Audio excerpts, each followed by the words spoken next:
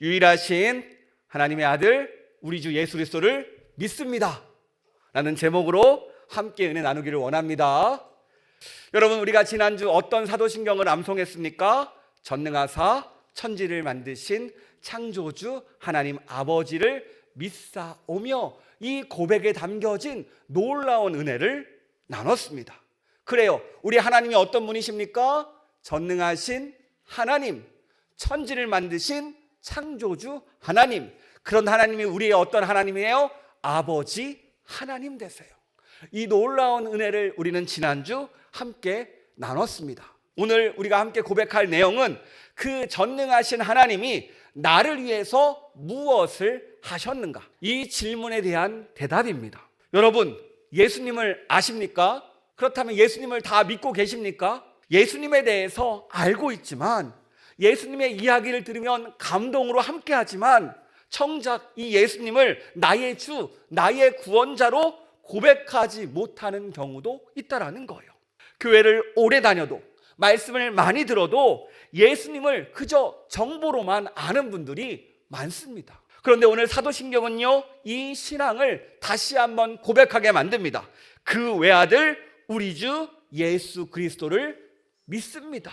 여러분, 오늘 이 고백이 매번 하던 입술의 고백이 아니라 내 마음의 고백, 삶의 고백이 되기를 축복합니다. 여러분, 혹시 화면 한번 보여주시겠어요? 이게 어떤 그림인지 아십니까? 물고기. 다음 그림 한번 보여주실래요? 익투스라고 부르는데요, 헬라어로는 익수스, 익시스라고 발음합니다. 첫 번째 예수, 그 다음에 그리스도, 세오테우 해가지고 하나님, 그 다음에 히오스 아들, 소테르, 그래가지고 구세주라는 단어가 섞여서 그 앞글자만 따서 이것을 묶어 놓으니까 익수스, 앞자를 따보니까 물고기가 된 거예요. 자, 그렇다면 이 익수스가 나오게 된 배경이 무엇입니까? 원래 초대교회는요, 로마의 핍박 가운데 있었습니다. 상대방이 우리 편인지 아닌지 확인하는 것이요, 목숨과도 같은 중요한 일이었어요. 그래서 이 교인들이 카타콤을 지나가다가 처음 보는 사람을 만납니다. 그러면 먼저 한 사람이 반원을 그리는 거예요. 자, 그러면 같이 예수를 믿는 사람은 같이 또 그려주는 거예요, 나머지 반절을. 그러면 어떻게 되냐? 그럼 반갑게 인사하는 거예요. 그런데 모르는 사람이 그러면 뭐 하는 거야? 하고 지나가는 거죠. 이게 바로 이 물고기가 완성된 그 이유입니다. 나는 물고기, 그러니까 예수 그리스도 하나님의 아들 구원자를 믿습니다. 이 고백은요, 초대교회 성도들에게 아주 중요한 신앙의 고백이었어요.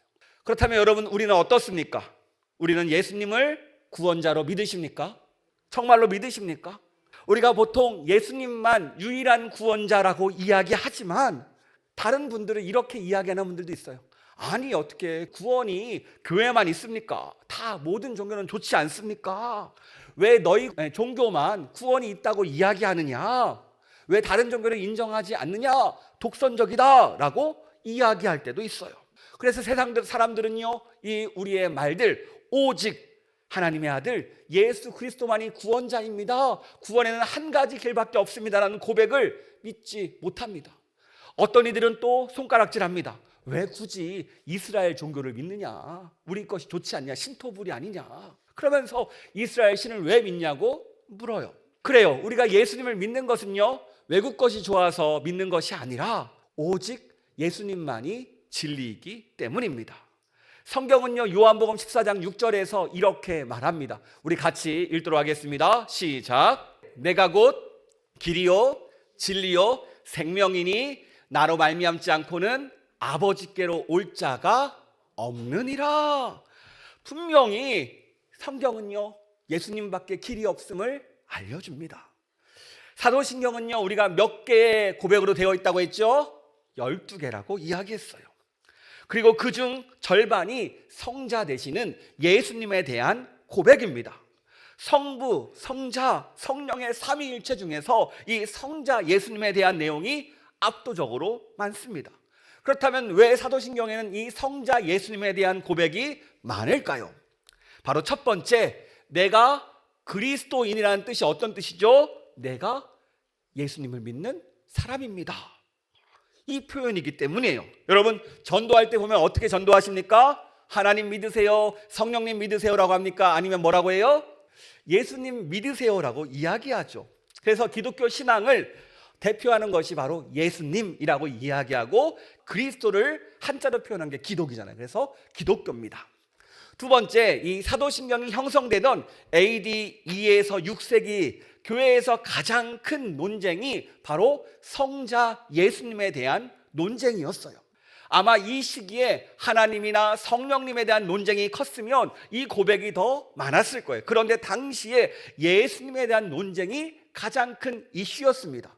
특별히 당시에 이단들이 많았는데요, 예수님의 신성만 인정하든지 예수님의 인성만 인정하든지, 그러니까 신이신 예수님, 인간인 예수님, 이것을 가지고 함께 있는 것이 아니라 각자 따로 해석하다 보니까 이단들이 워낙 많이 활개치다 보니까 이것에 대해서 논의가 가장 많았고, 자연스레 사도신경에는요 성자 하나님, 이 예수님에 대해서 많은 것들을 강조하게 되었습니다. 오늘 우리가 살필 바로 성자 예수님, 사도신경의 내용은요 무척 간단하죠. 그 외아들 우리 주 예수 그리스도를 믿사오니입니다. 여기서 보면요, 우리의 믿음의 대상이신 예수님에 대한 표현이 총 4가지가 나옵니다. 몇 가지 나온다고요? 4가지. 첫 번째, 예수라는 성자의 이름. 여러분, 제 이름은요 성진이라는 이름이 있습니다. 아버지께서 주님 앞에서 진실되게 살아라 라고 해서 제 이름은 성진, 제 동생은 뭐로 했겠어요? 성실로 했어요. 진실로 맞추셨어요. 진실되게 살라고. 특히 성경을 보면요, 특별하게 하나님이 이름을 직접 주어주시는 경우가 많아요. 아브라함의 아들의 누구죠? 이삭이죠. 이삭의 뜻은 우수입니다. 하나님이 직접 지어주신 이름이에요. 세례 요한도 어떻게 됩니까? 태어나기 전에 천사를 통해서 하나님이 지어주셨어요. 뜻은 주께서 자비를 베푸신다. 그리고 이 예수라는 이름 역시 하나님이 직접 지어주셨습니다. 그렇다면 이 예수라는 이름이 특별해서 이것을 지었을까요? 그렇지 않아요. 이 예수라는 이름은요 당시에 전혀 새로운 이름이 아니었습니다. 구약에서 보면 여호수아, 예수아가 신약의 예수와 같은 이름이에요. 똑같은 이름이에요.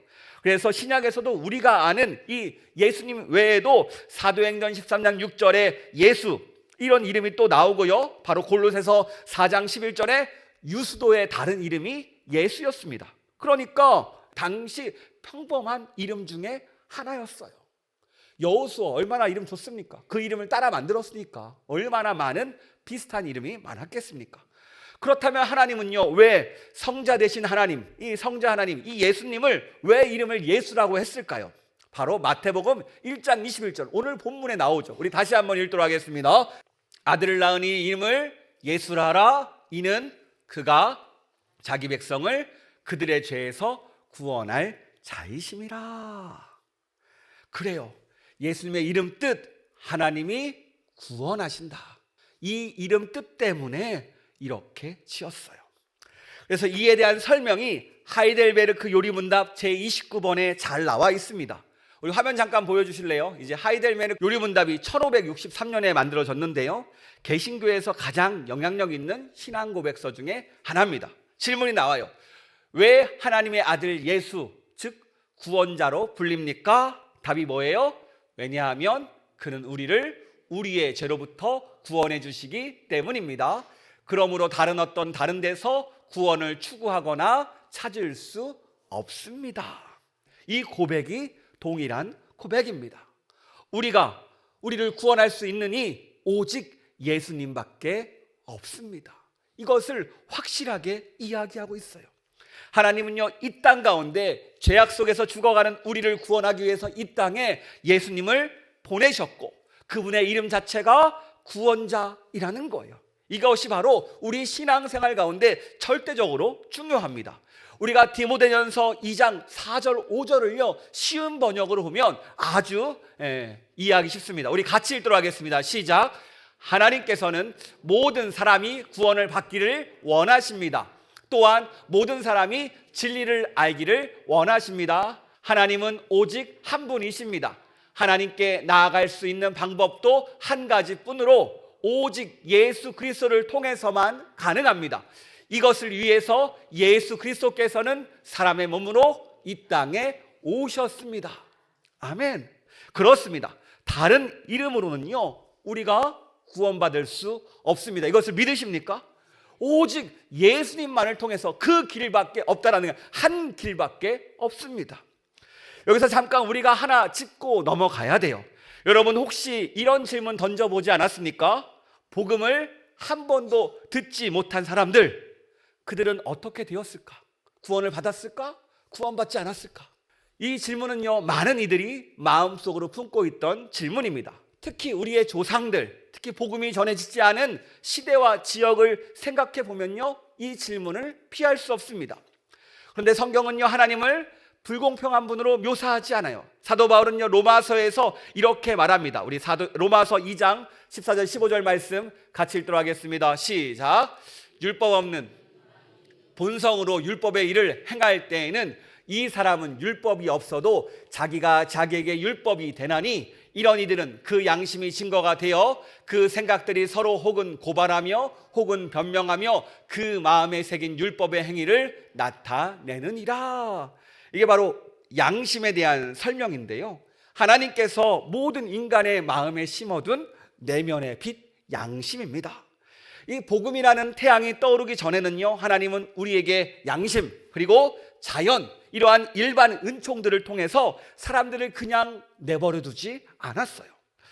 여기서 중요한 것은요, 하나님은 사람들이 알 수 없었던 것으로 심판하지 않는다는 거예요. 이게 선교학적으로 중요한 건데, 하나님을 모르는 사람들, 그 모든 것들을 예수님을 모른다고 해서 이것들을 바로 심판하지 않는다는 거예요. 사도행전 17장 30절에 이렇게 말합니다. 우리 같이 읽도록 하겠습니다. 시작. 알지 못하던 시대에는 하나님이 관가하셨거니와 이제는 어디든지 사람에게 다 명하사 회개하라 하셨으니. 그래요, 여기서 알지 못하던 시대에는 하나님이 관가하셨대요. 이 관가, 패스오버는요, 죄를 눈감아준다는 뜻이 아니라 충분한 지식이 주어지지 않은 그 시대의 한계를 하나님이 참아주시고 배려해 주신다는 의미입니다. 그러니까 이 하나님의 구원이라는 것은 우리가 왈가왈부할 수 없이 하나님의 신비 안에 있다는 거예요. 어떤 분은 이야기합니다. 예수님을 믿지 않으면 결코 구원받을 수 없습니다. 맞아요. 이 시대는요, 모든 거의 대부분의 족속 안에 예수님의 복음이 전해졌습니다. 이 땅에 한국에서요, 예수님을 믿지 않는다, 구원받을 수 없어요. 이건 당연한 거예요. 하지만 그 전에, 전해지기 전에는 알 수 없다가 정확한 답입니다. 하나님의 신비 안에 담겨져 있는 거예요.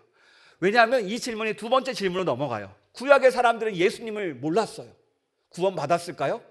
아브라함, 모세, 다윗은요, 나사렛 예수님을 몰랐어요. 그런데 성경은 말합니다. 우리 갈라디아서 3장 6절 말씀 같이 읽도록 하겠습니다. 시작. 아브라함이 하나님을 믿음에 그것을 그에게 의로 정하셨다 함과 같으니라. 그래요, 구약의 성도들은요, 이 구원을 예수님을 부정하는 구원이 아니라 장차 오실 예수님을 기다리는 믿음으로 받았습니다. 그러니까 우리가 십자가를 뒤돌아보면서 믿음으로 구원받았고, 이들은요, 앞으로 오실 십자가를 바라보면서 구원을 받았다라는 설명입니다. 그러니까 구원의 중심은 언제나 예수 그리스도였고 방식과 시대만 달랐을 뿐이라는 거예요. 그래서 히브리서 11장은요, 구약의 성도들을 믿음으로 살다 간 사람들이라고 이야기합니다. 자, 그렇다면 우리는 이 문제를 어떻게 이해해야 되는가? 우리가 여기서 붙들어야 될 원리가 있습니다. 하나님은요, 각 시대, 각 사람에게 주어진 계시의 분량에 따라서 책임을 물으신다는 거예요.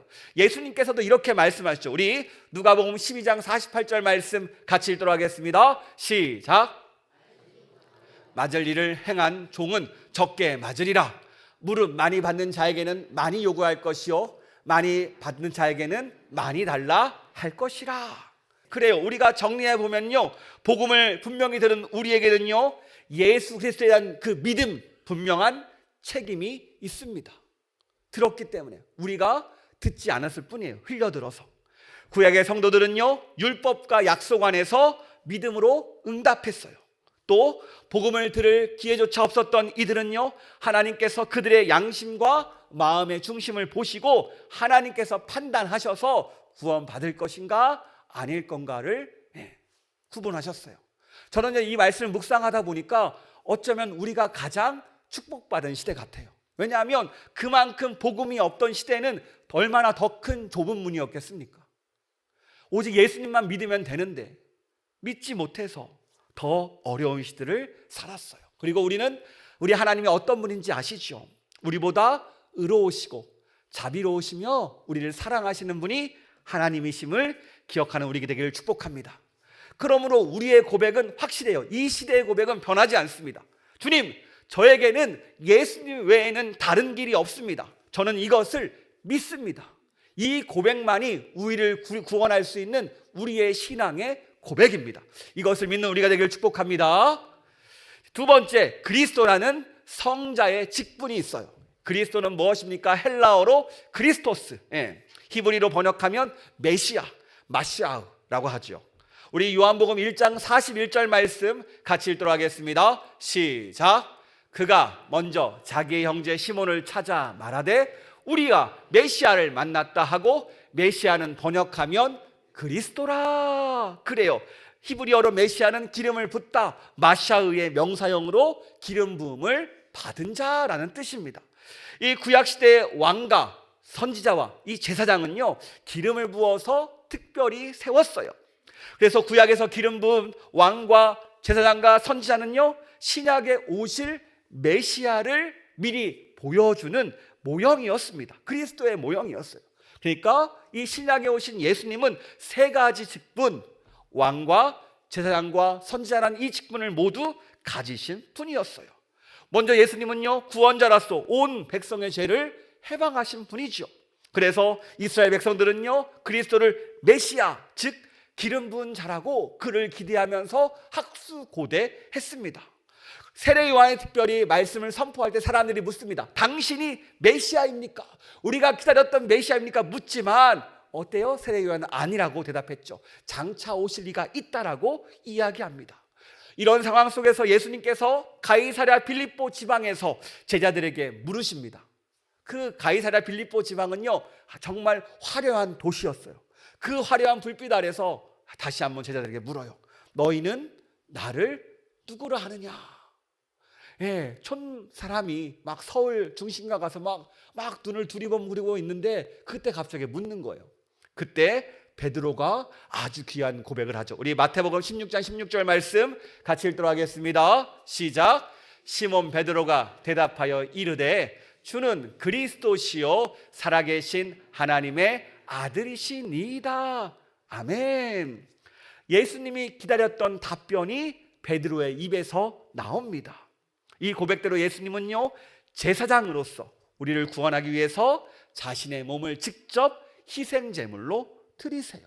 그것뿐만이 아니죠. 예수님은 선지자로서 하나님의 뜻을 우리에게 계시해 주셨어요. 알려주셨어요. 그리고 또 예수님은 왕으로서 우리를 지금도 다스리고 계십니다. 제사장, 선지자, 왕 대신 예수님, 이게 바로 우리가 믿는 예수님이라는 거예요. 즉 주는 그리스도라는 이 베드로의 고백은요, 예수님이 우리의 구원자 되십니다. 이 대답을 들은 예수님께서 뭐라고 칭찬하셨습니까? 바요나 시몬아, 내가 복이 있도다 칭찬해 주시잖아요. 왜 이 고백이 복일까요? 요한복음 17장 3절에 이렇게 나옵니다. 같이 읽도록 하겠습니다. 시작. 영생은 곧 유일하신 참 하나님과 그가 보내신 자 예수 그리스도를 아는 것이니이다. 아멘. 영생은 뭐예요? 유일하신 참 하나님과 그가 보내신 자 예수 그리스도를 아는 것이다. 그리스도를 알게 되면 영생을 얻습니다. 이것을 믿으십니까? 이 땅의 삶이 끝나면 영원한 삶이 있는데, 그때 예수님을 믿는 자는 어떻게 됩니까? 주님 안에서 사는 축복을 받고 구원자 안에서 행복을 누리지만, 예수님을 믿지 못하는 자는 어떻게 됩니까? 그렇지 못한다라는 거예요. 여러분, 우리가 믿는 예수님이 구원의 길임을 믿는 우리가 되길 축복합니다. 세 번째 고백 보면요, 왜 아들이라고 이야기합니다. 이 성자의 위격을 이야기하는데, 우리가 아까 불렀죠. 주 하나님, 독생자 예수, 사도신경을 보면요, 그 외아들이라는 표현이 나와요. 번역하면 유일하신 아들이라는 뜻이에요. 한자로 독생자. 성경에서 이 하나님의 아들이라는 표현이 여러 차례 등장해요. 첫 번째, 이 하나님을 믿는 백성을 하나님의 아들이라고 표현합니다. 우리 출애굽기 4장 22절 말씀 같이 읽도록 하겠습니다. 시작. 너는 바로에게 이르기를 여호와의 말씀에 이스라엘은 내 아들 내 장자라. 원래 아들이 아니었는데 하나님을 믿으면 우리의 신분이 아들이 된다는 겁니다. 쉽게 말해서 입양과 같은 개념이에요. 두 번째, 이스라엘의 왕들을 하나님의 아들이라고 불렀습니다. 이 다윗의 후손으로 왕이 될 사람을 위해서 하나님은요, 그를 아들이라고 불렀어요. 우리 사무엘하 7장 14절 말씀 같이 읽도록 하겠습니다. 나는 그에게 아버지가 되고 그는 내게 아들이 되리니 그가 만일 죄를 범하면 내가 사람의 매와 인생의 채찍으로 징계하려니와. 예, 다윗에게서 나는 그의 아버지가 되고 그는 내게 아들이 된다라고 이야기합니다. 그리고 천상의 존재들에 대해서 하나님의 아들이라고 불렀어요. 우리 욥기 1장 6절 말씀 같이 읽도록 하겠습니다. 시작. 하루는 하나님의 아들들이 와서 여호와 앞에 섰고 사탄도 그들 가운데 온지라. 이 욥을 보면요, 천상의 존재들에 대해서 이 하나님의 아들이라고 표현한 구절들이 있어요. 그런데 이러한 표현과 다르게 예수님에게 붙여진 이 아들은요, 위의 세 개의 표현들과 전혀 성질이 다릅니다. 요한복음 1장 14절에는요 하나님의 독생자라고 표현하고요, 요한복음 1장 18절은요 독생하신 하나님이라고 표현합니다. 그러니까 같은 성경에서도 예수님을 하나님의 독생하신, 즉 유일하신 아들이라고 설명하고 있어요. 그리고 이 독생자의 그 헬라어를 보면요, 모노게네스라는 단어가 쓰였는데 유일하게 나진이라는 의미입니다. 그러니까 독생자라는 번역이 잘 된 거예요. 성부에게서, 하나님에게서 유일하게 낳으신 아들이 누구예요? 바로 예수님이라는 겁니다. 성자는요, 성부의 유일하신 아들이자 성부와 동일하신 분, 바로 하나님이라는 거예요. 성부 하나님, 성자 하나님, 성령 하나님이라고 이야기하잖아요. 마찬가지로 오늘 예수님은 성자 하나님에 대해서 우리가 이야기하고 있습니다. 그러니까 성부를 동일하게 계시할 수 있는 분이 뿐만 아니라 동일하게 제2 위격으로서 우리가 믿는 하나님 중에 한 분이다 라는 것을 기억해 주셨으면 좋겠어요. 네 번째, 뭐라고 고백합니까? 주라고 고백해요. 주. 바로 예수님과 우리의 관계에 대해서 이야기하는 건데요, 바로 주는요 헬라어로 퀴리오스입니다. 따라해 볼까요? 퀴리오스. 이 말은요 상대방을 높여 부를 때 사용했습니다. 유대인들이 빌라도를 부를 때 퀴리오스, 주라고 불렀어요. 마리아는요 주님을 동산지기로 착각해서 퀴리오스, 주라고 불렀어요. 당시 이 주는요 아랫사람이 높은 위치에 있는 사람을 부르는 호칭이었습니다. 예를 들어서 네로가 당시 퀴리오스였고요, 부인이 남편을 부를 때 바로 퀴리오스라고 불렀고, 학생들이 선생님을 부를 때도 퀴리오스라고 불렀어요. 주라고 불렀어요. 그런데 제자들이 예수님을 주라고 부를 때는요 이 앞의 예시들과 달랐습니다. 예수님께서 부활하신 다음 도마가 요한복음 20장 28절에서 예수님을 가리켜 이렇게 말합니다. 나의 주시여 나의 하나님이시여. 이 고백인데요, 이것은 모든 이름 위에 뛰어난 이름, 가장 높으신 이름이라는 의미입니다. 당시 유대인들은요 여호와 하나님을 주라고 불렀어요. 뭐라고 불렀다고요? 주.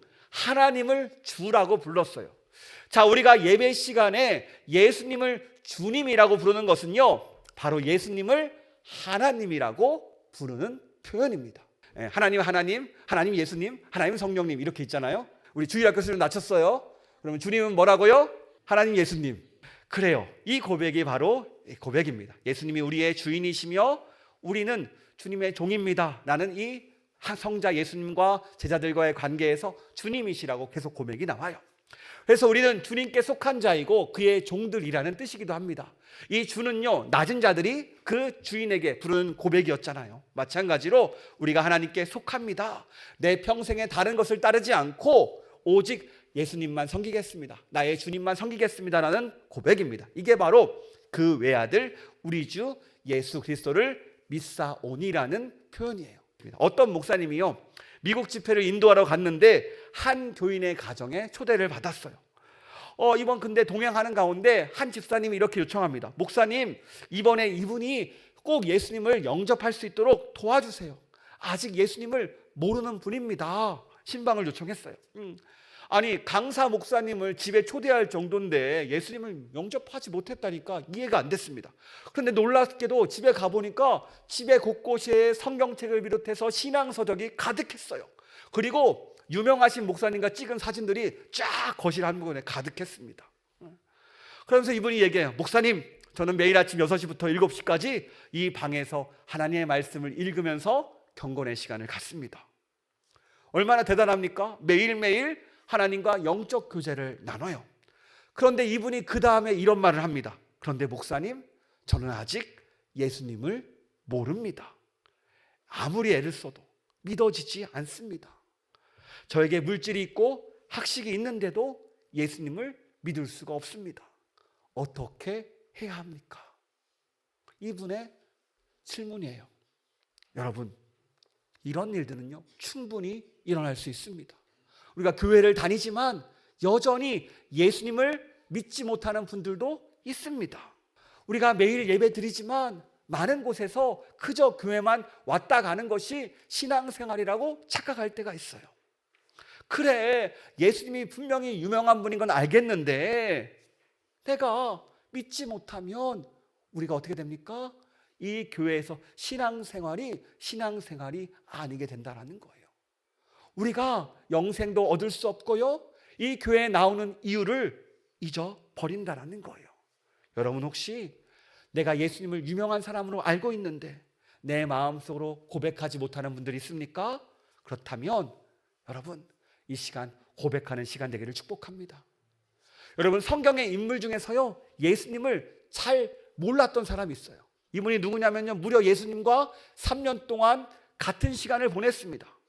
12명의 제자들 중에서 임원으로 선출되어 가지고 회계를 맡았어요. 바로 누굽니까? 가룟 유다죠. 그런데 이 가룟 유다는요, 어떻게 됩니까? 예수님을 은30에 팔아버리고 회개하고 돌아오면 되는데 자살로 그의 생을 마감합니다. 왜 그의 인생이 비참해졌습니까? 예수님과 함께 있었지만 평생 이 예수님을 그리스도로 나의 주로 고백하지 못했습니다. 그저 예수님을 자기 민족 로마에게서 구원해 줄 그 정치적 구세주로 알았지 영혼의 구세주로 믿지 못했어요. 3년간 매일같이 예수님과 함께 했지만, 그의 말씀을 들었지만 그에게 빠진 것이 무엇이었습니까? 바로 사도신경의 두 번째 고백, 그 외아들 우리 주 예수 그리스도를 믿사오니, 이 고백을 하지 못했기 때문에 그의 인생은 비참하게 끝났습니다. 여러분, 이 사도신경 정말 간단해 보이고 아무것도 아닌 것 같아 보이지만 이 고백에는요, 깊은 은혜가 담겨져 있습니다. 내가 진정으로 예수님을 나의 주로 고백하는 것이 우리 인생 가운데 가장 큰 축복임을 알려주며, 반대로 우리 이 고백이 없다라면 아무리 인생을 잘 산 것 같아 보이지만 인생은 복과 상관없고 영생과 상관없는, 하나님과 상관이 없는 그런 인생으로 마무리된다는 거예요. 여러분, 오늘 이 고백이 우리의 고백 되기를 축복합니다. 에베소 1장 3절에 이렇게 말합니다. 우리 같이 읽도록 하겠습니다. 시작. 찬송하리로다 하나님 곧 우리 주 예수 그리스도의 아버지께서 그리스도 안에서 하늘에 속한 모든 신령한 복을 우리에게 주시되. 아멘. 하나님의 말씀을 통해서 예수를 믿는 이들에게 무엇을 줘요? 모든 신령한 복을 예수님 안에서 주신대요. 여러분, 이 영적인 축복을 받고 누리는 우리가 되기를 축복합니다. 그런데 이것을 위해서 어떻게 됩니까? 예수님을 고백해야 돼요.